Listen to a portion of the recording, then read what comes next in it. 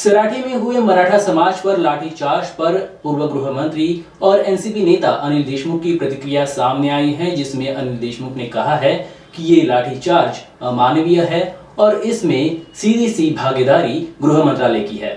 असं आहे, सराठीला जो मराठा आंदोलकावर जो लाठी हल्ला जो करण्यात आला होता, अमानुष असा लाठी हल्ला मराठा आंदोलकावर करण्यात आला होता। मी आपल्याला माजी गृहमंत्री म्हणून सांगतो, कोणताही एका जिल्ह्याचा पोलीस अधीक्षक स्वतःच्या अधिकारात अशा पद्धतीनं अमानुष लाठी हल्ला करू शकत नाही। जोपर्यंत गृहमंत्र्याचे त्याला आदेश नाही तोपर्यंत अशा पद्धतीनं कोणत्याही जिल्ह्याचा एसपी अशा पद्धतीनं अमानुष लाठी चार्ज करू शकत नाही।